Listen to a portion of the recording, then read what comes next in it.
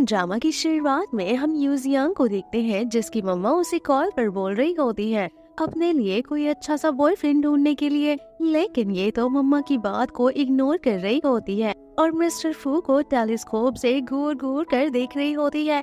Mister फू जो कि डिसेबल होते हैं, यानी कि वो चल नहीं सकते, ये मिस्टर फू को घूर घूर कर देख रही होती है। तभी मिस्टर फू का मैनेजर यूजियांग को देख लेता है और फिर ये छुपने की कोशिश करती है, लेकिन फिर वो मैनेजर यूजियांग के पास आ जाता है और कहता है कि तुम कौन हो और यहाँ पर क्या कर रही हो। लेकिन ये बहाना करती है कि मैं तो यहाँ पर घूमने के लिए आई थी और मैनेजर का चूना लगाकर यहाँ से भागती है। भागते भागते ये जाकर मिस्टर फू के ही गोद में गिर जाती है। मिस्टर फू का मैनेजर आकर चिल्लाने लगता है कि आखिर तुम ये सब कर क्या रही हो, लेकिन तभी यूजियांग का जो आइसक्रीम होता है वो मिस्टर फू के कपड़े पर गिर जाता है, जिस वजह से मैनेजर और मिस्टर फू दोनों ही लोग बहुत ही गंदा गुस्सा करने वाले होते हैं। लेकिन यूजियांग यहाँ से भागती है। नेक्स्ट सीन में हमें पता चलता है कि यूजियांग एक कॉमिक आर्टिस्ट बनना चाहती है और एक तरफ मिस्टर फू जो कि फू कंपनी के यंग मास्टर हैं। हमें पता चलता है कि इसके हैंडसमनेस की वजह से बहुत सारी लड़कियां इसके पीछे पागल हैं। इसकी हैंडसम की तो फैन फॉलोइंग अलग से है, इसीलिए यूजियांग ने मिस्टर फू के बेस पर एक रोमांटिक कॉमिक बनाई है। ऑफ कोर्स ये कॉमिक इसलिए बनाती है ताकि ये पैसे कमा सके, लेकिन एक तरफ मिस्टर फू जिन्हें इन कॉमिक का पता चल जाता है, इसीलिए वो अपने मैनेजर को ऑर्डर करते हैं कि जल्द से जल्द इस लड़की का डीएन कर दो। अब यूजियांग के पास फोन आता है कि सर इस्तीफा टैक्सी ऑफिस में आने के लिए कहते हैं। ये इतनी हड़बड़ी में होती है कि ये अपनी फटफटियाँ उड़ा कर जाती है, लेकिन तभी ये एक गाड़ी से भिड़ जाती है। ये गाड़ी किसी और की नहीं बल्कि मिस्टर फू की होती है और तभी मैनेजर बाहर निकल कर आता है और जब ये यूजियांग को देखता है तो फिर से कहता है कि तुम हम लोगों को फिर से स्टॉक कर रही हो, आखिर तुम चाहते क्या हो। वो मिस्टर फू को भी बता देता है, लेकिन मिस्टर फू यहाँ पर बहुत ही ज्यादा काइंड बनते हैं और ऐसा काइंडनेस देखकर ये मनी मन में सोचती है कि जैसा कि मैंने कॉमिक में लिखा है कि मिस्टर फू बहुत ही काइंड और लविंग पर्सन है, ये तो बिल्कुल वैसे ही है। ये ऑफिस में आती है तो यहाँ पर एडिटर बताते हैं कि तुम्हारी कॉमिक के ऊपर मिस्टर फू ने केस कर दिया है, क्योंकि ये कॉमिक तो तुमने उन्हीं के कैरेक्टर से बनाया है। आखिर तुम किसी के लाइफ में इस तरह से कैसे इंटरफेयर कर सकती हो, किसी की प्राइवेसी की तुम बैंड कैसे बजा सकती हो। इसीलिए इसके बाद ये मिस्टर फू से मिलने के लिए आती है, लेकिन सेक्रेटरी इसे यहाँ से भगाने लगता है। इसीलिए इसके बाद ये कोरियर गर्ल बनकर आती है। गार्ड को इसके ऊपर शक हो जाता है, लेकिन फिर भी ये स्मार्ट बन के अंदर घुस आती है। यहाँ पर मैनेजर उसे देखते ही पहचान लेता है कि ये तो वही लड़की है। यहाँ जब वो अंदर आती है तो पीछे से गार्ड आता है, जिस वजह से इसे धक्का लगता है और ये फिर से मिस्टर फू के गोद में गिरने वाली होती है, लेकिन इस बार वो व्हील चेयर मोड़ लेता है। मिस्टर फू इसे ऐसे नीचे गिरा हुआ देखकर उठाने के लिए अपना हाथ आगे देते हैं और फिर वो उठकर कहती है थैंक यू, मैं बिल्कुल ठीक हूँ। ये कहती है इतना भी परेशान होने वाली बात नहीं है, हॉस्पिटल जाने की कोई जरूरत नहीं है। लेकिन मिस्टर फू मैनेजर को कहकर इसे हॉस्पिटल ले जाने के लिए कहते हैं और फिर मैनेजर इसे उठाकर यहाँ से ले जाता है। मैनेजर यहाँ कहता है कि मिस्टर फू को स्टॉक करना बंद कर दो, नहीं तो मैं तुम्हें थाने में पहुँचा दूंगा। ये ऐसे कहती है नहीं, ऐसी कोई बात नहीं है, मैं उन्हें स्टॉप नहीं करती हूँ, मैं तो बस ये चाहती हूँ कि मिस्टर फू अपना केस वापस ले ले। लेकिन उसे जाना पड़ जाता है और वो फिर से पार्किंग लॉट में पहुँच जाती है। यहाँ पर ये मिस्टर फू से मिलने के लिए सोची हुई होती है, लेकिन गार्ड सीसीटीवी फुटेज में सब देख लेता है। वो पकड़ने के लिए आने ही वाला था कि तभी वो कार की डिक्की में छुप जाती है। इसके बाद मिस्टर फू और मैनेजर कार लेकर चले जाते हैं। वो पीछे डिग्गी में छुपी होती है, जिस वजह से मिस्टर फू को आवाज आती है और वो अपने मैनेजर से पूछते हैं कि पीछे डिग्गी में क्या रखा है। तो मैनेजर कहता है कि ग्रैंडपा के लिए ग्रेन रखा हुआ है। अब ये लोग घर पर आते हैं तो जब बटलर डिग्गी खोलता है तो उसे यहाँ पर ग्रेन मिलता है। वो तो यहाँ पर होती ही नहीं बल्कि घर के अंदर घुस चुकी होती है, लेकिन तभी उसकी नजर मैनेजर पर पड़ती है और वो उसे देखते ही चुप जाती है। ये अचानक से मिस्टर फू के रूम में आ जाती है और मिस्टर फू इसे एकदम से देखकर चिल्लाने लग जाते हैं, लेकिन तभी ये तो उसका मुंह ही बंद कर देती है। यहाँ पर ये इसे कहती है कि प्लीज केस वापस ले लो। वो हाथ हटाने के लिए इशारा करता है, तो फिर ये कहती है ठीक है, लेकिन प्रॉमिस करो कि तुम चिल्लाओगे नहीं। लेकिन इसके बाद वो तुरंत बटन दबा देता है, जिसके बाद तुरंत सायरन बजने लग जाता है। फिर ये इससे कहती है कि तुम्हारी हिम्मत कैसे हुई मुझसे झूठ बोलने की। तभी यहाँ पर मैनेजर आ जाता है और इन दोनों को ऐसे कंडीशन में देखकर गलत सोचने लग जाता है। ये फटाक से मिस्टर फू के कपड़े ठीक करती है। ये मैनेजर से कहती है कि देखो गलत मत सोचना, मैं यहाँ सिर्फ अपनी कंपनी के लिए आई हुई थी। इसके बाद मिस्टर फू इसे बाहर फेंकने के लिए कह देते हैं। इसके बाद मिस्टर फू इस लड़की से कहते हैं कि अगर तुम्हें अपनी कॉमिक कंपनी को बचाना है तो मेरी बात सुनो। लेकिन तभी यहाँ आंटी आ जाती है और कहती हैं कि मेरी बताई हुई डेट पर तुम क्यों नहीं गए। तो मिस्टर फू कहते हैं कि मैंने उस डेट के लिए कभी तो हाँ कहा ही नहीं था। आंटी कहती हैं तुम्हारे पेरेंट्स के डेथ के बाद मैं और ग्रैंडपा चाहते हैं कि तुम जल्दी से शादी कर लो। वो लड़की काफी सुंदर और काफी अच्छी है, लेकिन फिर भी मिस्टर फू मना कर देते हैं और ब्लैंकेट उतार कर कहता है कि ये देखिए मेरी ऑलरेडी एक सुंदर सी गर्लफ्रेंड है। आंटी कहती हैं कि मुझे बुद्धू बनाना बंद करो। यू जियांग सब समझ जाती है और यहाँ पर वो नाटक करने लग जाती है कि हम दोनों को कोई अलग नहीं कर सकता, हम दोनों को तो फर्स्ट साइट में ही लव हो गया था। आंटी को ये सब देखकर यकीन नहीं हो रहा था, इसीलिए ये यहाँ पर उल्टी करने का नाटक करने लग जाती है। कितनी बड़ी ड्रामेबाज है ये। कहती है कि लग रहा है कि कोई मेरे पेट में किक कर रहा है और फिर ये मिस्टर फू से कहती है कि मुझे खट्टा खाने का मन कर रहा है। आंटी सोचती हैं कि कहीं ये प्रेग्नेंट तो नहीं है, तो फिर ये कहती है कि हाँ आप सही कह रही हैं, शायद मैं प्रेग्नेंट हूँ, मेरे पेट में शायद छोटा सा बेबी है। आंटी मिस्टर फू के ऊपर गुस्सा करती हैं कि तुमने तो खानदान का नाम डुबा कर रख दिया, तुमने मेरे नाक कटा दिया। इसके बाद यू जियांग मिस्टर फू से कहती है कि बताओ मैंने एक्टिंग कैसे करी और आई थिंक अब तुम केस वापस ले लोगे। लेकिन मिस्टर फू कहते हैं कि धोखा देने के मामले में तुम एक नंबर आगे हो और धोखा देना एक जुर्म है, तुम जेल भी जा सकती हो, लेकिन तुमने अभी मेरी हेल्प करी है तो इसीलिए मैं तुम्हें इस लास्ट बार छोड़ रहा हूँ। एंड देन इसके बाद वो उसे बाहर फेंकवा देता है। मैनेजर कहता है कि अपना सड़ा हुआ शक्ल लेकर अब दोबारा यहाँ मत आना, नहीं तो फिर मैं तुम्हें पुलिस को उठा कर दे दूंगा। वेल इसके बाद ग्रैंडपा आते हैं, लेकिन यहाँ पर उनका फेस नहीं दिखाया जाता। आंटी उन्हें सारे कांड के बारे में बता देती है, लेकिन मिस्टर फू कहते हैं कि नहीं ऐसी कोई बात नहीं है, वो प्रेग्नेंट नहीं है, दरअसल उसकी तबीयत थोड़ी खराब है। आंटी कहती है मुझे तो ऐसा लग रहा है कि तुमने उस लड़की को रास्ते से उठाया है। तो फिर ये झूठ बोल देता है कि वो लड़की योंग ग्रुप की बेटी है। योंग ग्रुप कई सालों से फॉरेन में रहते हैं, तो किसी ने भी उनकी बेटी को नहीं देखा था, इसीलिए मिस्टर फू उनका नाम लेकर झूठ कह देते हैं। ग्रैंडपा इससे मिलवाने के लिए कह देते हैं। एक तरफ यू जियांग हॉस्पिटल आकर देखती है कि मम्मा रो रही है, लेकिन पता चलता है कि वो तो की ड्रामा बैठकर देख रही है, इसीलिए रो रही है। वेल यहाँ पर तभी नर्स एक पेशेंट को लेकर आती है जिसकी बिल्डिंग से कूदने की वजह से हड्डियां टूट जाती है। वेल नेक्स्ट सीन में हम देखते हैं कि मिस्टर फू जियांग को अपनी कॉन्ट्रैक्ट गर्लफ्रेंड बनने के लिए कहते हैं। ये कहता है अगर तुम ऐसा करती हो तो इसके बदले में केस वापस ले लूंगा और दूसरी बात कि उसे ढेर सारे पैसे मिलेंगे, लेकिन ये तो डायरेक्टली मना कर देती है। तो फिर ये धमकी देते हुए कहता है कि मैंने सुना है कि तुमने कॉमिक में हम दोनों की लव स्टोरी लिखी है। तो ये कहती है कि अरे वो तो मैंने रीडर्स के लिए लिखा था, एक्चुअल में ऐसी बात नहीं है। ये कहता है कि देखो अगर तुम मेरी गर्लफ्रेंड बनकर मेरी क्लोज रहोगी तो तुम और भी अच्छी कॉमिक लिख पाओगी और तो और मैं तुम्हारे बीमार माँ का इलाज भी करवाऊंगा। कॉन्ट्रैक्ट साइन कराने से पहले वो पूछती है कि तुमने मुझे क्यों चुना। तो फिर मिस्टर फू कहते हैं क्योंकि तुम दुनिया की आखिरी लड़की होगी जिससे शायद मुझे लव होगा। तो फिर वो बताती है कि कॉमिक में भी मैं ऐसे ही डायलॉग्स लिखा करती हूँ, लेकिन एंड में उनके बीच रोमांस हो ही जाता है। ये तो इसे ये भी कह देती है कि ये मत सोचना कि मैं तुम्हारे ऊपर फ्लैट हो गई, अगर तुम दुनिया की आखिरी लड़की होगे तो भी मैं तुम पर दिल नहीं दूंगी और ना ही तुम मुझे पसंद आने वाले हो। और तो और गुस्से से कॉन्ट्रैक्ट भी साइन कर देती है। ये कहता है कि वेल कल तुम्हें ग्रैंडपा से मिलना है। ये हैरान हो जाती है कि इसे उसी खड़ूस इंसान से मिलना है, लेकिन फिर नेक्स्ट सीन में हम इन दोनों को ग्रैंडपा के सामने देखते हैं। नर्वस होने की वजह से ये तो वॉशरूम भाग जाती है, लेकिन घर इतना बड़ा होता है कि ये बेचारी घर में ही खो जाती है और एक ओल्ड मैन को बैठा हुआ देखकर उनसे रास्ता पूछने के लिए चली जाती है।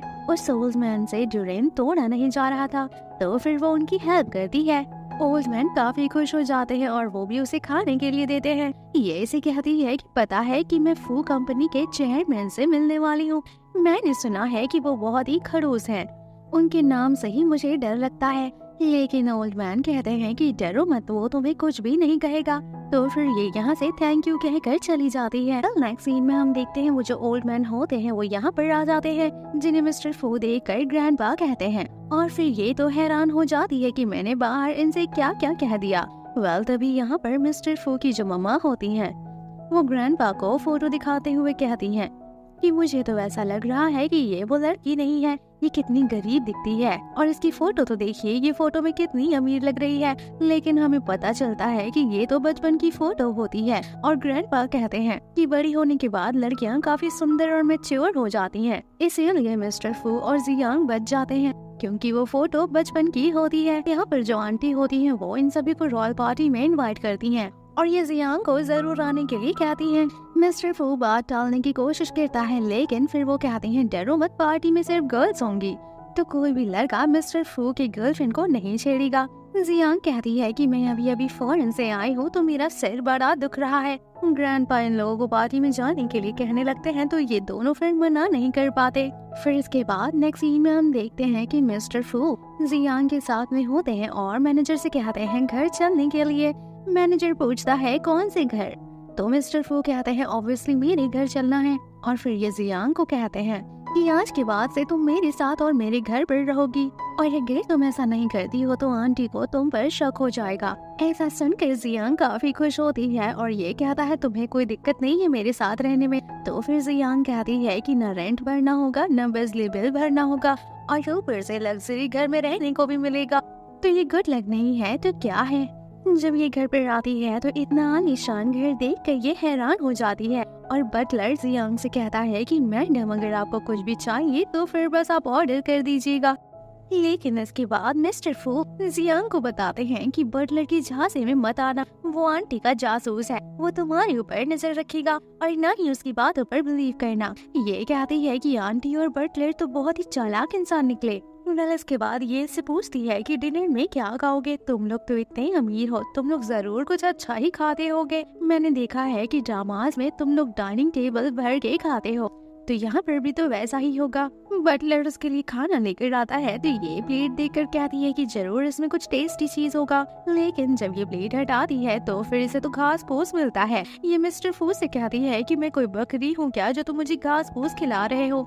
इसके बाद मिस्टर फू इसे कह रहे हैं कि मेरी बातें ध्यान से सुनना, मुझे मेरी लाइफ में इंटरफेयर करने वाले लोग बिल्कुल भी पसंद नहीं है और अगर तुम यहाँ रह रही हो तो जो मैं खाऊंगा तुम्हें वो खाना होगा और ये कभी मत सोचना कि हम दोनों साथ रह रहे हैं तो हमारा कुछ हो सकता है। तो इसके बाद ये कहती है कि आप कुछ ज्यादा ही सोच रहे हैं और तभी यहाँ पर मैनेजर नूडल्स लेकर आता है। ये कहती है कि वेल मेरा नूडल्स आ गया तो मुझे नूडल्स खाने दीजिए और मैं बता दूं कि मेरे भी कुछ रूल्स है, मेरा जो मन करेगा मैं वो खाऊंगी, आप मुझे रोकने वाले कोई नहीं होते। और दूसरा कि अगर आप दुनिया में आखिरी भी होंगे तो भी मैं आपके चक्कर में नहीं पड़ूंगी।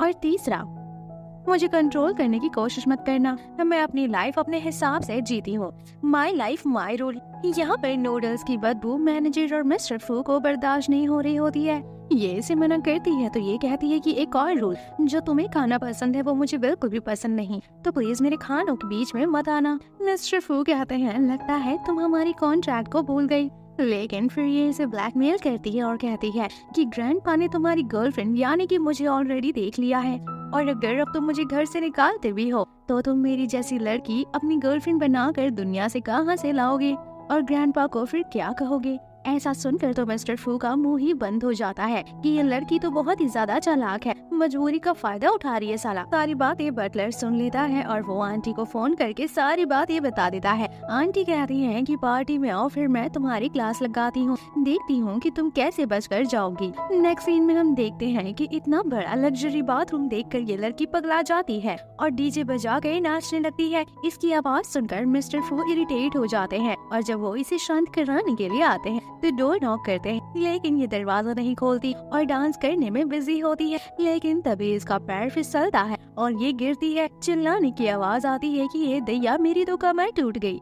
ऐसा सुनकर मिस्टर फू भी परेशान हो जाते हैं और जब वो अंदर आते हैं तो इसे आधे कपड़े की कंडीशन में देखकर हैरान हो जाते हैं। जियांग भी चिल्लाती है कि बेशरम इंसान, तुम अंदर कैसे आ गए। मिस्टर फू फटाक से अपने कपड़े उसके ऊपर फेंक देते हैं। मिस्टर फू यहाँ से चले जाते हैं, सही से सांस तक नहीं ले पाते बेचारे। और एक तरफ वो रो रही होती है कि साला कोई चैन से नहाने भी नहीं देता। वेल नेक्स्ट डे ये कहता है कि तुम्हें रात को आंटी के पार्टी में जाना है, और यहाँ पर ये क्लैप करता है तो फिर 3 लेडीज यहाँ पर आती हैं और ये यूजियांग को उठा कर ले जाती हैं और इसका लिपापोती करने लग जाती हैं ताकि ये पार्टी में थोड़ी रिच और ब्यूटीफुल लग सके। जब वो व्हाइट गाउन पहन कर आती है तो मिस्टर फू अपनी नजरें ही नहीं हटा पाते, एक टक उसे देखते ही रह जाते हैं क्योंकि ये एकदम प्रिंसेस यानी परी जैसे लग रही होती है।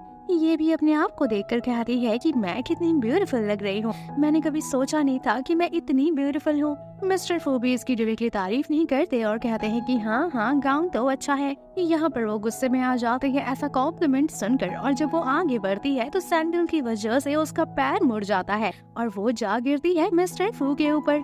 मिस्टर फू इसके क्लोज आने की कोशिश करता है और मैनेजर भी देखता है कि ये मिस्टर फू भला कर क्या रहे हैं, लेकिन तभी मिस्टर फू कहते हैं कि कल रात की नूडल की स्मेल अभी तक तुम्हारे मुंह से आ रही है, जाओ जरा परफ्यूम वगैरह मारो। ऐसा सुनकर ये शर्मा जाती है और मैनेजर भी हंसने लग जाता है। इसके बाद ये पूछता है कि तुम पार्टी में सब हैंडल कर तो लोगी ना। ये कहती है घबराओ मत, मैंने इससे भी बड़ी बड़ी कांड हैंडल करे हैं, तो ये तो सिर्फ रईसों की पार्टी है। ये कहता है कोई भी प्रॉब्लम होगी तो मैनेजर को कांटेक्ट कर लेना, ये तुम्हारी हेल्प के लिए चला आएगा। जब ये पार्टी में आती है तो यहाँ पर कुछ लड़कियाँ इसे घूर कर देख रही होती हैं और फिर इसके पास आकर जानबूझकर इसके ऊपर वाइन गिरा देती है। उस वाइन की वजह से इसका शॉल और ड्रेस गंदा हो जाता है। यूजियांग गुस्से में होती है कि तभी एक लड़की की एंट्री होती है और ये बुली करने वाली लड़कियों की अच्छी खासी क्लास लगाती है और कहती है कि तुम लोग मिस्टर फू को तो जानती ही होगी, मैं अगर ये उनसे कंप्लेन कर दूं तो तुम लोगों की अच्छी खासी क्लास लग सकती है। ये लड़कियां कहती हैं कि तुम तो सुपरस्टार किन हो, अरे भला हमारी क्या औकात तुमसे पंगा लेने की, और ये लोग सॉरी वॉरी कहकर यहाँ से चली जाती हैं। ये लड़की जियांग से कहती है कि तुम्हारे शॉल पर दाग लग गया है, मेरे साथ वॉशरूम चलो इसे साफ करने के लिए। ये जब इसे वॉशरूम में लेकर आती है, यूजियांग कहती है कि मैंने तुम्हारे बहुत सारे टीवी शोज देखे हैं। ये ऐसा भी कहती है कि मिस्टर फू को मैं बहुत टाइम से जानती हूँ, हम दोनों एक दूसरे के काफी क्लोज हैं। ये कहती है कि ये दाग तो छूटने का नाम ही नहीं ले रहा, तुम ऐसे बाहर थोड़ी न जा सकती। फिर ये इसे एक शॉल देती है और कहती है कि ये शॉल मैं फ्रांस से लेकर आई हूँ। ये शॉल को कहती है कि ये शॉल काफी ब्यूटीफुल है। इस शॉल पर कुछ लिखा हुआ होता है फ्रांस लैंग्वेज में, लेकिन वो लिखा होता है कि ये लड़की स्टूपिड है। एक तरफ मिस्टर फू जो कि काफी गहरे सोच में डूबे हुए होते हैं। मैनेजर कहता है कि मुझे ऐसा लग रहा है कि आप यूजियांग के लिए परेशान हो रहे हैं। तो फिर मिस्टर फू कहते हैं कि मुझे फिक्र हो रही है कि पता नहीं वो लड़की सब हैंडल कर पाएगी भी या नहीं। मैनेजर हंसने लगता है कि मिस्टर फू आज तक कभी किसी लड़की के लिए परेशान नहीं हुए। तो मिस्टर फू कहता है कि लगता है कि तुम इस महीने की सैलरी नहीं लेना चाहते, इसीलिए मेरी टांग खिंचाई कर रहे हो। तो फिर ये कहता है कि अरे मेरी सैलरी को बीच में क्यों ला रहे हैं, और ऐसा कहकर ये अपना मुंह बंद कर लेता है। एक तरफ हमें पता चलता है कि किन उन बुली करने वाली लड़कियों के साथ मिली हुई है और ये इन तीनों का प्लान होता है। वेलबाटी अनाउंस करती हैं कि यूजियांग जो कि यून ग्रुप की बेटी है, मैं आज आप सभी को उससे मिलवाना चाहती हूँ। और जब ये बाहर आती है तो बिना शॉल के आती है और ऐसा देखकर ये तीनों का मुंह लटक जाता है, क्योंकि ये तीनों का तो प्लान होता है कि वो शॉल पहन कर आएगी और यहाँ पर सभी लोग उसके ऊपर हंसेंगे। यूजियांग आंख मारते हुए कहती है कि तुम्हें क्या लगा कि तुम ही चालाक हो, तुम्हारे पास ही दिमाग है क्या? मैं तुमसे 4 कदम आगे हूँ बेटा, तुम मुझसे पंगा लेने से पहले 100 बार सोच लेना। ये इसे कहती है कि तुम अच्छा खासा नाटक कर लेती है। यूजियांग कहती है कि हाँ तुम भी कोई कम थोड़ी ना हो। अब ये इसे चीयर्स करने का नाटक करने के लिए कहती है, लेकिन जानबूझकर यूजियांग उसके कपड़े पर वाइन गिरा देती है और कहती है कि तुम कितनी क्लमजी हो। और फिर ये इसे उसी का शॉल देकर कहती है कि ये शॉल ओढ़ लो, ये दाग नहीं दिखेगा और ये शॉल भी तुम ही पर सूट करता है। किन काफी गुस्से में आ जाती है और वो इस गुस्से में उसके मुंह पर वाइन फेंक कर मारती है और इसके बाद जियांग का भी दिमाग खराब होता है तो वो उसे पूल में ही धक्का दे देती है। यहाँ पर आंटी यूजियांग से कहती है कि तुम्हारा दिमाग फिर गया है क्या? तो फिर ये कहती है कि इसी ने पहले स्टार्ट किया था, मैं तो बस इसी का स्वाद चखा रही थी, लेकिन मैं इन अमीरजादों के ड्रामों से परेशान हो गई हूँ। मैं तो चली यहाँ से और अब ये यहाँ से जाने लगी थी। तभी आंटी कहती है कि ओए लड़की रुको यहाँ। तुमने मेरी गेस्ट की इंसल्ट करी है और सिर्फ मेरी ही नहीं बल्कि पूरी फू फैमिली की इंसल्ट करी है। ये कहती है हाँ तो तुम कुछ कर लोगी क्या? लेकिन फिर मिस्टर फू आकर कहते हैं कि यू जियांग ने बिल्कुल सही करा। मिस्टर फू जियांग से पूछते हैं कि तुम्हें ठंड तो नहीं लग रही? तो फिर ये कहती है कि तुम्हारी हॉटनेस ने मेरी सारी ठंड छू मंतर कर दी, मैं थक गई हूँ, तो चलो ना घर चलते हैं। एंड ऐसे ही नाटक करती हुई यादें चली जाती है। किन कहती है कि आंटी ये मिस्टर फू आखिर इस लड़की के साथ इतना अच्छा बिहेव क्यों कर रहे हैं? तो आंटी कहती है कि ये लड़की बहुत ही ज्यादा चंट है, ये जितनी मासूम दिखती है उतनी है नहीं। यू जियांग इससे पूछती है कि तुम दोनों यहाँ पर क्यों आए? मैनेजर कहता है क्योंकि मिस्टर फू को तुम्हारी टेंशन हो रही थी, इसीलिए हमें आना ही पड़ा। ऐसा सुनकर ये ब्लश करती है और कहती क्यों मिस्टर जू आपको मेरी फिक्र हो रही थी क्या? तो फिर मिस्टर जू मैनेजर से कहते हैं कि ऐसा लग रहा है कि तुम्हारी 4 महीने की सैलरी काटनी पड़ेगी। तो फिर मैनेजर कहता है कि हाँ अब मैं कुछ भी नहीं बोलूंगा। यहाँ पर मिस्टर फू जियांग के क्लोज होने लगते हैं और फिर हैंकी निकाल कर उसका फेस पोंछते हैं, लेकिन तभी वो अचानक से जोरदार चीख मारती है और फिर मिस्टर फू अपना ही फेस पोंछने लग जाते हैं। मनी मन में ये कहती है कि हे भगवान ये क्या कर दिया मैंने, मेरी चीखने की भी टाइमिंग कितनी गलत है। यू जियांग को फीवर हो जाता है और ये यू जियांग के रूम में बैठकर उसका वेट कर रहा होता है। मैनेजर कहता है कि आप अपने रूम में चले जाइए, मैं यू जियांग का ध्यान रख लूंगा। लेकिन ये कहता है कि नहीं मुझे इसका ख्याल रखने दो, मुझे देखना है क्योंकि ये एक्टिंग करती है, अगर इसकी ज्यादा तबीयत खराब हो गई तो फिर ये एक्टिंग कैसे करेगी। यहाँ पर ये नोटिस करता है कि ये तो सपने में रो रही होती है और कहती है कि मम्मा मेरी तबीयत ठीक नहीं है, मुझे बहुत ही ज्यादा ठंड लग रही है। और तभी मिस्टर फू उसे अपना हाथ देते हैं, वो हाथ पकड़ कर सो जाती है। मॉर्निंग में जब ये उठती है तो इसकी तबीयत एकदम ठीक होती है, फीवर छूमंतर हो जाता है। लेकिन फिर ये जाकर देखती है कि मिस्टर फू बेड पर पड़े हैं और इनकी तबीयत खराब है। मैनेजर और बहुत सारे डॉक्टर्स काफी टेंशन में खड़े होते हैं। ये मैनेजर से पूछती है कि मिस्टर फू को क्या हुआ? तो फिर मैनेजर कहता है कि अभी चेकअप हुआ है, डॉक्टर बताएंगे। काफी चेकअप वगैरह करने के बाद डॉक्टर कहते हैं कि इन्हें तो वायरल फीवर हो गया है। तो यू जियांग कहती है क्या फीवर हुआ है? तुम लोगों ने तो मुझे डरा ही दिया, ऐसा लगा कि पता नहीं कितनी बड़ी बीमारी हो गई है। और फिर ये कहती है कि हेलो मिस्टर फू कैसे बीमार बॉस हो तुम, जरा इसे कोई अदरक और नींबू वाली चाय पिलाओ, इसकी तबीयत ठीक हो जाएगी। भला ये अमीर लोगों के कितने लफड़े होते हैं। मिस्टर फू मनी मन में सोचते हैं कि कितनी एहसान फरामोश लड़की है। और मैनेजर भी कहता है कि अब भला इसे कैसे पता चलेगा कि रात भर ये आपके पास बैठे हुए थे, इसीलिए इन्हें फीवर पकड़ लिया। एक तरफ यू जियांग अपने मम्मा के डॉक्टर से बात कर रही होती है, तो फिर डॉक्टर उसे हॉस्पिटल में बुलाते हैं, इसीलिए वो मिस्टर फू के घर से भाग रही थी। लेकिन बाहर गार्ड्स को देखकर हंसते हंसते जाने का नाटक करती है। यहाँ केन जो की कार में बैठी थी वो इसे भागते हुए देख लेती है एंड देन वो इसके पीछे लग जाती है। यून जियांग एलिवेटर में जाती है तो किंग भी गॉगल्स वगैरह पहनकर इसी एलिवेटर में घुस जाती है।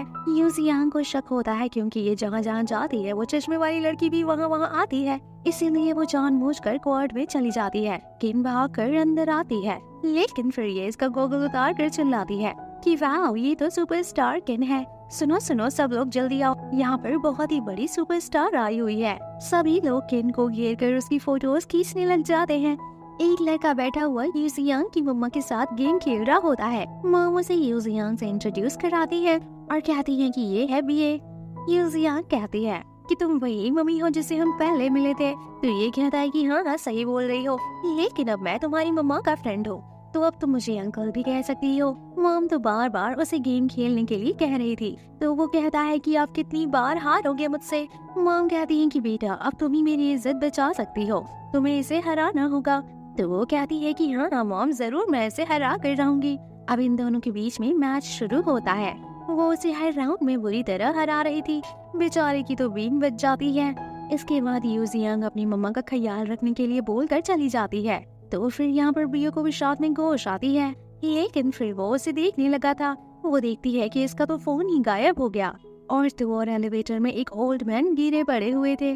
और फिर ये डॉक्टर को आवाज लगाती है एंड देन उनकी बिखरी हुई मेडिसिन भी उन्हें खिला देती है। मेडिसिन खाने की वजह से ओल्ड मैन की तबीयत बेहतर हो जाती है और डॉक्टर और नर्स भी आ जाते हैं। बीए ये सारी चीजें देख लेता है क्योंकि वो यू जियांग को उसका फोन वापस करने के लिए आया था। और तोहर कहता है कि क्या तुम मुझे अपना नंबर दे सकती हो ताकि हम फिर कभी गेम खेल सके। फिर ये कहती है कि नहीं मैं लूजर्स के साथ नहीं खेलती और बाय बाय कहकर चली जाती है। और फिर तभी मिस्टर फू का फोन आता है तो फिर ये चली जाती है। ये सोचने लग जाता है कि अरे ये मिस्टर फू को कैसे जानती है।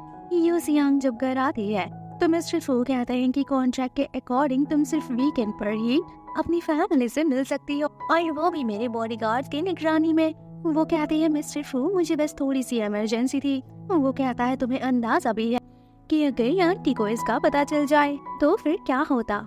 तो फिर वो सॉरी कहकर जाने लगती है। कहता है कुछ दिनों में ग्रैंडपा का बर्थडे है तो तुम्हें मेरे साथ उनके लिए गिफ्ट लेने चलना होगा। नेक्स्ट डे वो सब ग्रैंडपा के लिए गिफ्ट लेने के लिए जाने लगते हैं। तभी बटलर बताता है कि बाहर रिपोर्टर्स खड़े हैं और वो भी आप ही का इंटरव्यू लेने के लिए।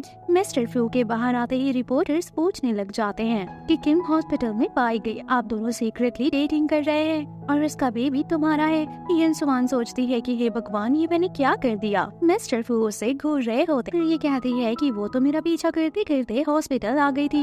ये रिपोर्टर से कहती है कि किम और मिस्टर फू में कोई रिलेशन नहीं है, मैं पूरे यकीन के साथ बता सकती हूँ। रिपोर्टर्स कहते हैं कि अब भला तुम कौन हो और तुम मिस्टर फू के घर पर कर क्या रही हो। लेकिन तभी मिस्टर फू कहते हैं कि ये मेरी फियोंसे है और फिर मिस्टर फू सभी के सामने उसकी गर्दन पकड़कर किस कर देते हैं। मैनेजर देखकर हैरान हो जाता है कि ये क्या हो रहा है। रिपोर्टर्स खचाखच फोटो खींचे जा रहे होते हैं जबकि युन जियांग एकदम हैरान थी। उसे कहती है कि तुम कितने लिचड़ इंसान हो, तुम मेरे साथ ऐसा कैसे कर सकते हो, तुम मुझे बीच पब्लिक में किस कैसे कर सकते हो, भला वो मेरी फर्स्ट किस थी। मिस्टर फू स्माइल करने लगते हैं तो ये कहती है कि अब तुम पागलों की तरह दांत क्यों चियार रहे हो, मेरा तो कोई कभी बॉयफ्रेंड भी नहीं था और ऊपर से तुमने मेरी फर्स्ट किस भी छीन ली। मैनेजर कहता है कि ऐसा मत कहो कि किसी ने तुम्हारा फायदा उठाया है, ये तो हमारी बॉस की भी फर्स्ट किस थी। मिस्टर फू अपने मैनेजर को घूरने लग जाते हैं तो मैनेजर कहता है कि मैं तो यहाँ हूँ ही नहीं। मिस्टर फू कहते हैं कि तुमने इतना सारा रायता फैला दिया था तो ऐसा तो करना पड़ा। वो कहती है कि देखो मिस्टर, मैं ये जॉब सिर्फ पैसों के लिए कर रही हूँ, लेकिन तुमने तो सभी के सामने मेरी इज्जत खराब कर दी। कितने सारे रिपोर्टर्स थे वहाँ पर, अगर मेरी मम्मा ने देख लिया तो फिर मैं क्या करूँगी। तभी आंटी ग्रैंडपा को लेकर वहाँ आ जाती हैं। ग्रैंडपा गुस्से में थे कि मिस्टर फू ने खानदान की नाक मिट्टी में मिला दी। वो दोनों इन्हें सब बता देते हैं तो ग्रैंडपा कहते हैं कि यानी तुम्हारा उस किन के साथ कोई लेना देना नहीं, तुम सिर्फ युनसियान को लाइक करते हो। तो मिस्टर फू भी हाँ कहते हैं। युनसियान कहते हैं कि ग्रैंडपा, मैं और मेरा बॉयफ्रेंड बहुत खुश हैं, ये ऐसा कभी कुछ नहीं कर सकता। मिस्टर फू कहते हैं कि अकेले अकेले क्या खा रही हो, मुझे भी खिलाओ। ग्रैंडपा इन दोनों की हरकतें नोटिस कर रहे थे। यहाँ पर मिस्टर फू इसे ये भी कहते हैं कि आगे से मुझे मिस्टर फू नहीं सिर्फ फू कहना। मैनेजर ये सब देखकर कह रहा होता है कि हे भगवान ये क्या क्रिंज सीन चल रहा है। ग्रैंडपा इन दोनों को कहते हैं कि तुम दोनों में तो सब बढ़िया चल रहा है तो अब मुझे कोई टेंशन नहीं है। मैनेजर कहता है मैंने रिपोर्टर से बात कर ली है, ऐसी कोई बात नहीं है, इनफैक्ट खुद ही किन ने ये सब करा था ताकि उसकी पॉपुलैरिटी बढ़ सके। ग्रैंडपा किन से काफी ज्यादा गुस्सा हो जाते हैं और इन दोनों को कहते हैं कि तुम दोनों मेरे बर्थडे पर जरूर आना। ये कहती है हाँ ग्रैंडपा, मैं और फू जरूर आएंगे। ग्रैंडपा के जाते ही वो कहती है कि तुम मेरी कॉमिक्स की लाइन बहुत ज्यादा यूज कर रहे हो, देखा तुम्हें हर वक्त सिर्फ मेरी ही कॉमिक जुबान पर याद रहती है। कहता है कि इतनी क्रिंज लाइन तुम सोच कैसे लगती हो, जैसे तुम्हारी एक्टिंग बकवास है वैसे ही तुम्हारे डायलॉग्स बकवास है। नेक्स्ट सीन में मिस्टर फू ये सोच रहे होते हैं कि क्या मैंने उसे जबरदस्ती किस करके अच्छा नहीं किया। मैनेजर कहता है नहीं नहीं बॉस, ऐसी बात नहीं है, आपने भी तो कितना बड़ा सेक्रीफाइस करा है, भला आपका भी तो वो फर्स्ट किस था। ऐसा सोचकर मिस्टर फू हंसने लग जाते हैं। इसके बाद मैनेजर कहता है कि बॉस इसका मतलब आप मेरी सैलरी नहीं काटोगे और आजकल आप सैलरी काटने के लिए भी नहीं बोल रहे हो। मिस्टर फू कहते हैं कि ये भगवान, ये तो मैं भूल ही गया था। तो फिर मैनेजर मुंह बंद करके यहाँ से भाग जाता है जबकि मिस्टर फू स्माइल कर रहे होते हैं। एक तरफ यू जियांग रूम में लेटे हुए किस के बारे में सोच रही होती है, उन क्रिंज मोमेंट्स के बारे में सोच कर कह रही होती है कि ये मेरे साथ क्या हो रहा है, मैं उस डेविल के बारे में ऐसा कैसे सोच सकती हूँ। मिस्टर फू उसकी चीखने की आवाज सुनकर हैरान होते हैं। मॉर्निंग में जब वो सो रही थी तो फिर एक बेबी कैट इसके ऊपर थी तो फिर वो उठकर उसे सहलाने लग जाती है। मिस्टर फू पूछते हैं तुम्हें पसंद आई, तो फिर वो कहती है हाँ। ये पूछती भी है कि ये कैट यहाँ क्या कर रही है। मिस्टर फू कहते हैं कि मैंने ये अडॉप्ट करा है, इसका नाम नुआन नुआन है, बिल्कुल तुम्हारी कॉमिक की तरह। मुझे कैट का ध्यान रखना नहीं आता, तो क्या तुम मेरे लिए कैट का ध्यान रखोगी। और फिर वो हाँ कर देती है, लेकिन कहती है कि तुम आज मेरे साथ इतना अच्छा बिहेव क्यों कर रहे हो। तो फिर वो कहता है कि कल मैंने कुछ ज्यादा ही कर दिया था। तो फिर ये भी इसे इट्स ओके कहती है कि इसमें पूरी की पूरी तुम्हारी गलती थोड़ी ना थी।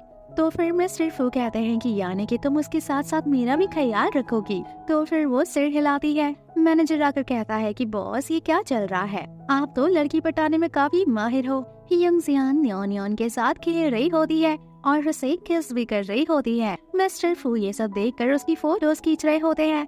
जियान कहती है कि क्या तुम मेरी फोटोज खींच रहे हो? तो मिस्टर फू कहते हैं नहीं, मैं तो नुआन की फोटो खींच रहा था। वो यकीन नहीं करती और उससे फोन छीनने लग जाती है। मिस्टर फू उसे नहीं दे रहा था।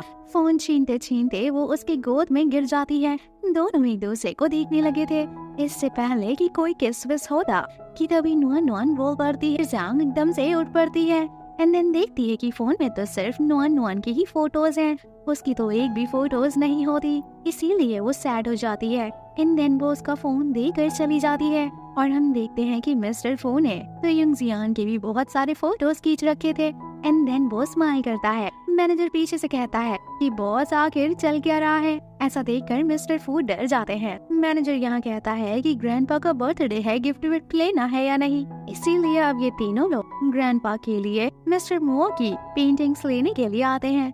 लेकिन आंटी ने वो पेंटिंग पहले ही खरीद ली थी और वो लास्ट पेंटिंग थी। तो अब ये ग्रैंडपा को क्या गिफ्ट करेंगे, क्योंकि ग्रैंडपा को मिस्टर गुआ की पेंटिंग काफी ज्यादा पसंद है। और तभी यहाँ पर मिस्टर गुआ जाते हैं और वो यूनसिया को पहचान लेते हैं कि ये तो वही है जिनकी उनकी एलिवेटर में मेडिसिन देकर जान बचाई थी। कहते हैं कि तुम्हारे साथ जो व्हील चेयर पे लड़का था, क्या वो लड़का यही है? ये मना करती है। तो फिर ये कहते हैं कि इसका मतलब ये तुम्हारा बॉयफ्रेंड होगा।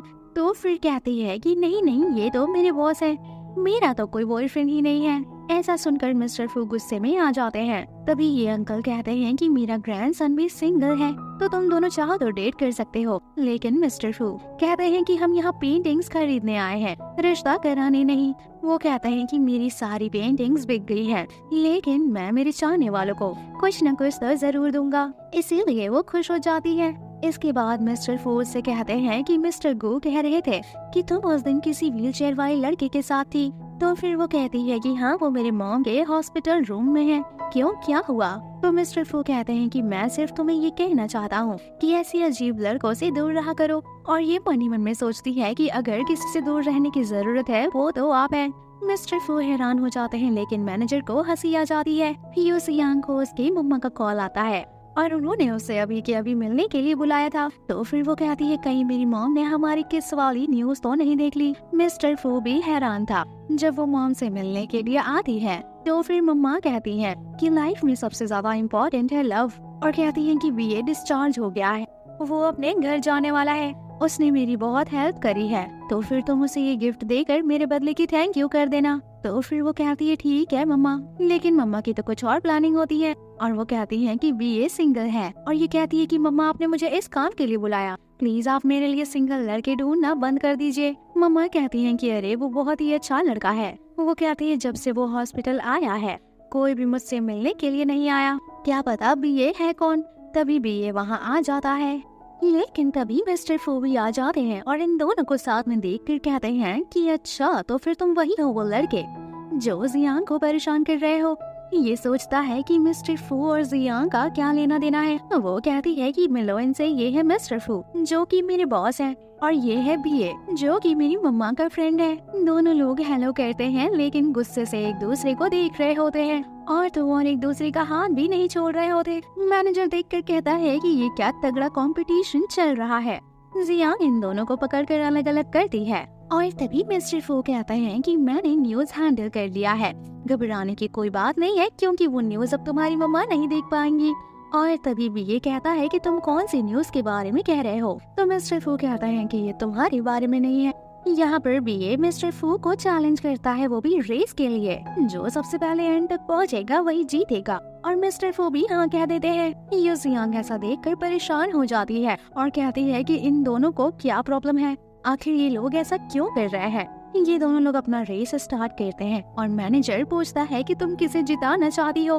वो कहती है मैं चाहती हूँ कि तुम अपना मुंह बंद करो। यहाँ पर मैनेजर और यू जियांग दोनों लोग मिलकर मिस्टर फू को चीयर कर रहे होते हैं और वो जीत भी जाता है, जिससे मैनेजर और यूजियांग बहुत ही खुश होते हैं। मिस्टर फू से कहते हैं कि हार के स्वाद आ गया। तो फिर ये कहता है कि रुको मैं बताता हूँ, और अपने व्हील चेयर से उठ जाता है। यूजियांग कहती है कि ये भगवान, इतने दिन तक तुम नाटक कर रहे थे, व्हील चेयर का इस्तेमाल भला क्यों कर रहे थे। कहता है कि नेक्स्ट टाइम से मेरे साथ रेस मत करना, नहीं तो हार जाओगे, और अपना व्हील चेयर लेकर यहाँ से चला जाता है। यूजियांग कहती है कि मिस्टर फू, क्या आप उस बंदे को जानते हैं। तो फिर मिस्टर फू कहते हैं कि वो अभी बच्चा है। फिर मैनेजर देखता है कि मिस्टर फू के हाथ में चोट लग गई है और वो पूछता है कि मिस्टर फू ये कैसे हुआ। तो मिस्टर फू हीरो बनते हुए कहते हैं कि अरे ये कुछ भी नहीं है, लेकिन मैनेजर नाटक करने के लिए इशारा करता है और फिर मिस्टर फू नाटक करने लग जाते हैं कि ये बहुत दुख रहा है, बहुत जल रहा है, देखो कितना खून निकल रहा है। और फिर यूजियांग परेशान होने लग जाती है। तो इतना ज्यादा परेशान होता हुआ देखकर मिस्टर फू बहुत ही खुश हो रहे होते हैं। बीए के बॉडीगार्ड्स उसे ढूंढने के लिए हॉस्पिटल आ जाते हैं और हमें पता चलता है कि बीए जू फैमिली का बेटा है और घर से भागते टाइम उसकी टांगों में चोट लग गई थी, क्योंकि उसके डैड उसे बिजनेस में घुसने के लिए कह रहे थे, लेकिन बेचारे को बिजनेस वगैरह में कोई इंटरेस्ट ही नहीं है। यूजियांग उसे मेडिसिन लगा कर कहती है कि तुमने कंपटीशन करा ही क्यों था, अब देखो तुम्हारे हाथ में क्या हो गया। वो पूछता है कि तुम्हें मेरी चिंता हो रही है ना। वो कहती है मुझे सिर्फ ये डर है कि अगर तुम्हें कुछ हो गया तो फिर मेरी सैलरी कौन देगा मुझे। मिस्टर फू कहते हैं कि तुम्हें ट्रीटमेंट करना कितना अच्छे से आता है। तो फिर ये कहती है क्योंकि बचपन से ही मैं घर से ज्यादा हॉस्पिटल में रही हूँ, अब तो लगभग मैं डॉक्टर ही बन गई हूँ। मिस्टर फू उसका हाथ पकड़कर कहता है कि तुम्हारी मम्मा जरूर ठीक हो जाएंगी, लेकिन तभी इनके रोमांस के बीच आवाज आती है और फिर ये दोनों लड़ जाते हैं। मैनेजर कहता है कि मैंने कुछ भी नहीं देखा, मैं तो सिर्फ ग्रैंडपा वाला गिफ्ट पैक करके लाया था, तो अब मैं चलता हूँ। ये दोनों चुप थे, लेकिन वो वापस आकर कहता है लगे रहो, जो करना है करो। अब ग्रैंडपा का बर्थडे वाला दिन आता है और आंटी ग्रैंडपा को मिस्टर गू वाली पेंटिंग देकर कहती है कि यूजियांग और मिस्टर फू, तुम दोनों ने ग्रैंडपा के लिए क्या लाया है, पता नहीं तुम लोगों ने क्या लाया होगा, ग्रैंडपा को पसंद आएगा भी या नहीं। सबसे अच्छी और सबसे बेस्ट पेंटिंग तो मैं लेकर आई हूँ। अब वो ग्रैंडपा को गिफ्ट देती है। तो फिर ग्रैंडपा कहते हैं कि यूजियांग तुम्हारी हिम्मत कैसे हुई। सभी लोग हैरान हो जाते हैं, वो भी डर जाती है। वो कहते हैं कि तुमने मिस्टर गू की सिर प्रिंट कैसे ले ली, ये तो मेरी फेवरेट है। ग्रैंडपा बहुत ही खुश हो जाते हैं और कहते हैं कि ये मेरे लिए बहुत ही स्पेशल गिफ्ट है, लेकिन अब जल्दी से मिस्टर फू और तुम दोनों लोग मुझे ग्रैंड चाइल्ड दे दो। नेक्स्ट सीन में हम देखते हैं कि केन एक चाल चलती है और मिस्टर फू को वेटर से ड्रिंक भिजवाती है। मिस्टर फू ये ड्रिंक पीने के बाद नशे में हो जाते हैं और फिर केन उसे कमरे में ले जाती है, उसके साथ गलत काम करने की कोशिश करती है, लेकिन जियांग को ये सब पता चल जाता है और फिर वो तरह से रास्ता ढूंढते हुए उस कमरे में आ जाती है। यहाँ पर ग्रैंडपा और आंटी आने वाली होती है, लेकिन उससे पहले ही जियांग उसे मारकर किनारे लगा देती है और खुद रोमांस करने लग जाती है। ग्रैंडपा आते हैं तो इन दोनों को ऐसे देखकर शॉक्ड हो जाते हैं। आंटी कहती है पार्टी छोड़कर तुम लोग यहाँ पर क्या कर रहे हो। तो जियांग कहती है कि वो मिस्टर फू ने थोड़ी सी लगा ली थी, जिसके बाद इन्हें नशा हो गया और ये अपने आप को कंट्रोल ही नहीं कर पाए, तो मैं भी इसमें क्या करती, मैं भी इन्हें संभाल ही रही हूँ। ग्रैंडफादर कहते हैं कि जो भी हो जल्दी से बस मुझे पोता पोती दे दो, और ऐसा कहकर यहाँ से चले जाते हैं।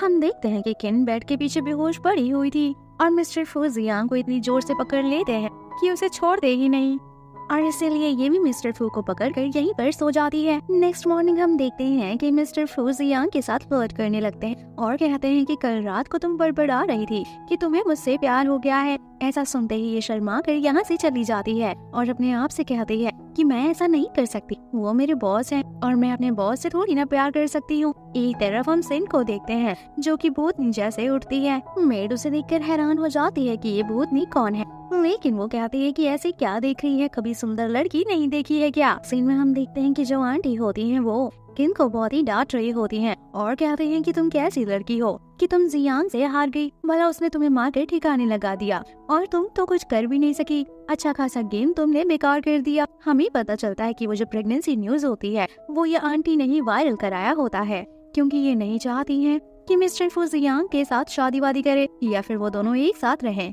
ये तो सिन को उसके साथ में बस फंसाना चाहती हैं। नेक्स्ट सीन में हम मिस्टर फू को देखते हैं जो कि नाक सिकुड़ रहे होते हैं क्योंकि इसने खुद से जियांग के लिए स्पाइसी खाना मंगाया होता है। ऐसा देखकर जियांग काफी खुश होती है। ये कहती है तुमने जो रूल्स बनाए थे उन रूल्स का क्या। तो फिर ये कहता है कि आज के बाद सिर्फ एक ही रूल फॉलो होगा, तुम्हें जो पसंद होगा वही बनेगा और वही मैं खाऊंगा। तो फिर वो खुश होकर खाने लग जाती है। तभी मैनेजर आकर कहता है कि फॉरेन से कोई खबर आई है और फिर मिस्टर फू कॉल पर बात करते हैं और फिर कहता है कि जैसा कि मैंने सोचा था कि कार क्रैश एक एक्सीडेंट नहीं था, और फिर अपनी चेयर से खड़ा होकर कहता है कि मैं इतने साल तक नाटक करता रहा लंगड़ा होने का ताकि मैं सिर्फ उस क्रिमिनल को पकड़वा सकूं। जल्दी से मेरे लिए फॉरेन के टिकट बुक करो। मैनेजर कहता है कि यूजियांग को बता देना चाहिए, लेकिन मिस्टर फू कहते हैं कि जितना कम उसे पता होगा उतना ही अच्छा होगा उसके लिए। मैं उसे किसी खतरे में नहीं डालना चाहता। और फिर ये देखता है कि वो सोफे पर सो रही है और फिर उसे उठाकर बेड पर सुला देता है और कहता है कि तुम फिर से पिगी बनकर सो रही हो। मैं तुम्हें सोफे से उठाकर बेड पर ले आया और तुम्हें पता भी नहीं चला। और फिर इससे प्रॉमिस करता है कि तुमने कॉमिक में जो भी मेरे और अपने बारे में लिखा है मैं वो एक एक करके तुम्हारे लिए पूरा करूंगा। मैं तुम्हारा बेस्ट हस्बैंड बनकर दिखाऊंगा। नेक्स्ट मॉर्निंग ये उठकर ब्रेकफास्ट कर रही होती है और मैनेजर से कहती है मिस्टर फू कहाँ हैं? वो बताता है मिस्टर फू काम के सिलसिले में फॉरेन चले गए और बोल कर गए हैं कि उनके बदले तुम्हें यहाँ पर कंपनी को संभालना है। नेक्स्ट सीन में हम आंटी को देखते हैं जो कि सभी से कहती है कि मिस्टर फू फॉरेन गए हुए हैं तो उनके पीछे से मैं ये कंपनी संभालूंगी। लेकिन तभी यहाँ पर जियांग आ जाती है और सभी लोग प्रेस करते हैं कि आपकी जगह जियांग को होना चाहिए क्योंकि वो मिस्टर फू की वाइफ है। आंटी कहते हैं कि इसे ज्यादा एक्सपीरियंस नहीं है, तो फिर ये कहती है कि आप टेंशन मत लीजिए, ये मेरे हस्बैंड का बिजनेस है तो मैं अच्छे से संभाल लूंगी। ये सब की वजह से आंटी बहुत ही ज्यादा गुस्से में आ जाती हैं और कहती हैं कि मैं इसे छोड़ूंगी नहीं। एक तरफ हम बीए को देखते हैं जो कि इसे आकर कहता है कि तुम्हारी मम्मा ने कहा था ना मुझे ट्रीट देने के लिए, तो फिर वो ट्रीट तुम कब दे रही हो? तो ये कहती है देखो मैं मिस्टर फू की फियांसे हूँ, अगर किसी ने देख लिया तो मैं प्रॉब्लम में आ जाऊंगी। लेकिन फिर इसके बाद वो डिनर करने के लिए आ जाती है। ये लोग ब्रेकफास्ट कर ही रहे होते हैं कि तभी यहाँ पर मिस्टर फू आ जाते हैं और यहाँ आकर कहता है कि जो जियांग को सबसे ज्यादा नूडल्स पसंद है। लेकिन फिर भी ये तो एक लाइन से इसकी सारी फेवरेट फूड के बारे में बता देता है। जियांग सोचती है तुम्हें कैसे मालूम? तो ये कहता है कि तुम्हारी मम्मा ने बताया, लेकिन मिस्टर फू ने तो तुम्हारी मम्मा से भी नहीं मिले हैं। ऐसा सुनकर मिस्टर फू का तो पोपट हो जाता है। ये दोनों आशिक मिलकर एक दूसरे से लड़ाई कर रहे होते हैं अपनी माशुका के लिए। मिस्टर फू कह रहे होते हैं मुझे खिलाओ, तो भाई ये कह रहा होता है कि तू अपने हाथ से खा भी नहीं सकता। ये कहता है कि हम दोनों घर पर ऐसे ही खाते हैं। इसी बात पर ये दोनों के बीच में बहस छिड़ जाती है। लेकिन यूजियांग परेशान हो जाती है और कहती है कि तुम दोनों मेरी जान ले लो, तुम दोनों को सुकून मिल जाएगा। वेटर आकर कहती है कि आज कपल एनिवर्सरी है तो ये हेयर बैंड स्पेशली कपल्स के लिए है। बीए हेयर बैंड छीन कर पहन लेता है और जब यूजियांग पहनने वाली होती है तो मिस्टर फू छीन कर पहन लेते हैं और ये दोनों लोग एकदम अजीब लग रहे होते हैं। यूजियांग कहती है मुझे तो हेयर बैंड ही नहीं मिला। मतलब घर जाते वक्त बीए कहता है कि यूजियांग तुम मुझे घर तक छोड़ने वाली हो, तुमने प्रॉमिस करा है ना? तो मिस्टर फू कहते हैं कि मैनेजर गाड़ी निकालो और फिर वो उसे खुद ही छोड़ने के लिए चले जाते हैं। यूजियांग यही रोड पर अकेली खड़ी रह जाती है और कहती है कि ये दोनों लड़के पगला गए हैं, मुझे बीच रोड पर छोड़कर चले गए। एक तरफ हम इन दोनों को कार में देखते हैं और ये लोग आपस में लड़ाई कर रहे होते हैं। मिस्टर फू कहते हैं कि वो मेरी फियांसी है, आज नहीं तो कल मेरी वाइफ बन जाएगी। ये कहता है कि मैं उसे लाइक करता हूँ और मैं हमेशा उसे लाइक करता रहूंगा। और पहली बात तू अपनी कंडीशन देख, अगर वो कभी प्रॉब्लम में हुई तो मैं उसे बचाने के लिए खड़ा हो सकता हूँ। तू तो खड़ा भी नहीं हो सकता, तू उसे कैसे प्रोटेक्ट करेगा? घर पर आता है तो ये गुस्सा करती है और कहती है कि तुम मुझे सड़क पर कैसे छोड़ सकते हो? तो मिस्टर फू कहते हैं सॉरी, बस मैं उसे तुम्हारे साथ नहीं देख सकता था। यहाँ पर ये इसे कहता है कि ये लो मैं ये हेयर बैंड लेकर आया हूँ। तो ये कहती है कि हाँ ये कपल हेयर बैंड है, ये हम दोनों को पहनना चाहिए। और फिर ये कहती है कि आई थिंक हम लोगों को कॉन्ट्रैक्ट रिलेशनशिप खत्म करके एक रियल रिलेशनशिप में आना चाहिए। नेक्स्ट सीन में जब ये दोनों एक ही बेड पर लेटते हैं तो नर्वस होते हैं। ये कहती है चलो सोते हैं, तो फिर इसके बाद ये अपने आंखें भी बंद कर लेती है। मिस्टर फू कहते हैं ठीक है, मैं तुम्हें सोते हुए देखता रहूंगा। ये कहती है अगर तुम मुझे ऐसे देखोगे तो मैं सो ही नहीं पाऊंगी। और फिर ये इसे हक कर लेती है, जिसके बाद मिस्टर फू कहते हैं कि अब तो मेरी नींद गई, अब मुझे रात भर नींद नहीं आने वाली। नेक्स्ट सीन में हम देखते हैं कि ये दोनों झूले पर बैठे होते हैं और फिर पता चलता है कि ये तो इसका सपना है। वो मजे से उठती है और फिर उसे देखकर कहती है तुम्हें क्या हो गया? पूछती है कि इतनी जल्दी कैसे उठ गए और तुम्हारे आंखों के नीचे ये डार्क सर्कल कहाँ से आ गए? तो फिर वो कहता है क्योंकि मैं रात भर जाग रहा था। ये पूछती है भला क्यों जाग रहे थे? तो फिर ये कहता है रहने दो, तुम नहीं समझोगी, कल से मैं अपने कमरे में सोऊंगा। नेक्स्ट सीन में ये अपनी मम्मा के पास जाती है और इसकी मम्मा इससे कहती है मुझे सच सच बताओ कि मिस्टर फू कौन है? तो फिर ये कहती है कि मम्मा मुझे लव हो गया। तो फिर ये कहती है क्या तो उसके साथ इसलिए रह रही है ताकि तू मेरी ट्रीटमेंट के लिए पैसे जमा कर सके? ये कहती है मुझे कोई ट्रीटमेंट कराने की जरूरत नहीं है, चलो यहाँ से।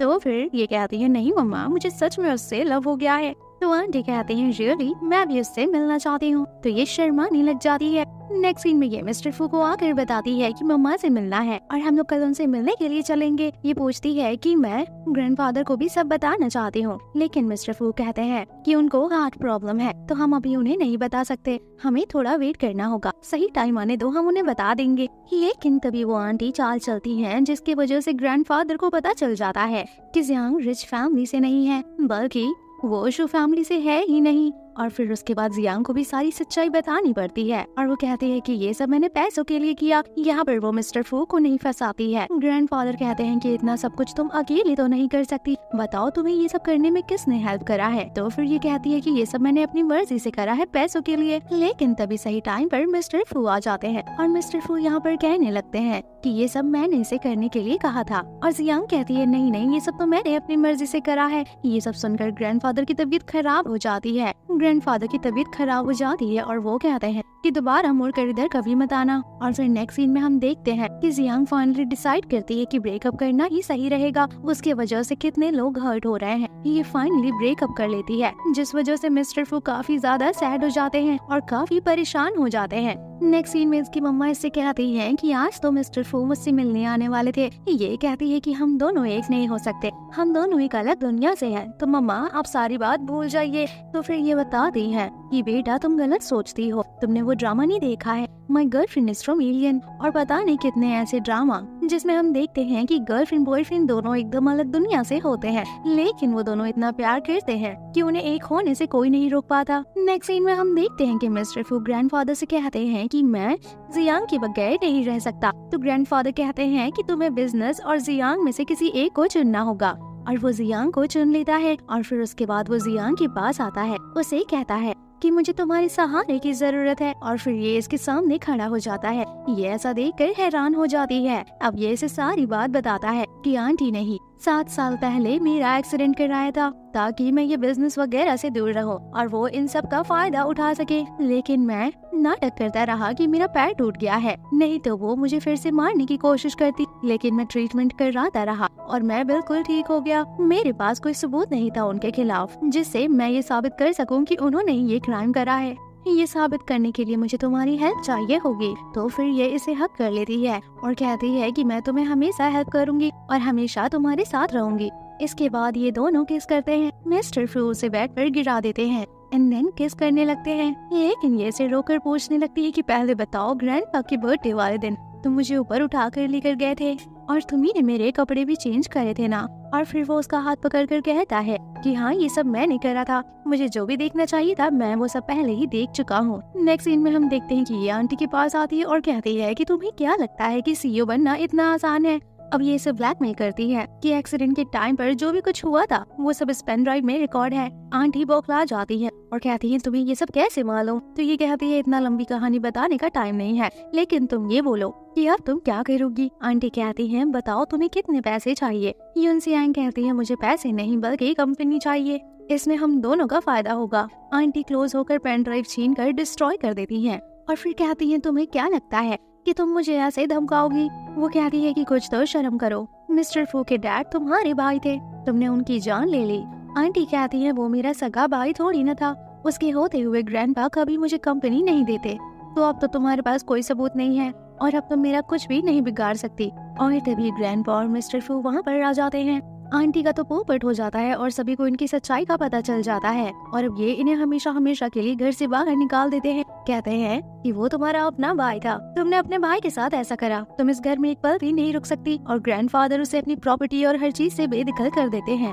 एक तरफ हम यूजियांग को देखते हैं जो कि मिस्टर फू से कहती है कि वो पेन ड्राइव तो खाली थी, हमने तो आंटी को उल्लू बनाकर उनका पोपट कर दिया। मिस्टर फू कहता है कि पुलिस आंटी को पकड़ कर ले गई, लेकिन ग्रैंडपा काफी सैड है, उन्हें खुश करना होगा एंड देन ये इससे शादी ही कर लेता है। एक तरफ मॉम बहुत ही खुश होकर इसे तैयार कर रही होती हैं। ये कहती है कि सबकी मॉम अपनी बेटियों की शादी में रोती है और आप तो हंस रही हैं। ये कहती है अगर मिस्टर फू ने शादी के बाद मुझे परेशान करा तो मैं क्या करूँगी। मम्मा कहती हैं कि वो तुम्हें परेशान नहीं करेगा, लेकिन तुम जरूर परेशान करोगी क्योंकि तुम बहुत ही चतुर लड़की हो। एक तरफ ग्रैंडपा मिस्टर फू से कह रहे होते हैं कि समर आने से पहले मुझे बेबी दे दो। इसके बाद मेरी सारी नाराजगी खत्म हो जाएगी। ये कहता है कि ये तो बहुत ही कम टाइम है, लेकिन ग्रैंडपा को कोई मतलब नहीं होता। ये कहते हैं मैं नहीं जानता, बस मुझे बच्चा चाहिए। ये सब होने के बाद मैनेजर को हम देखते हैं जो कि कहता है कि बस इसी पल का इंतजार था मुझे कि फाइनली मिस्टर फू सेटल डाउन हो जाए। और इसी के साथ इस ड्रामा की हैप्पी एंडिंग होती है। तो मिलते हैं नेक्स्ट वीडियो में, तब तक के लिए टेक केयर, बाय बाय।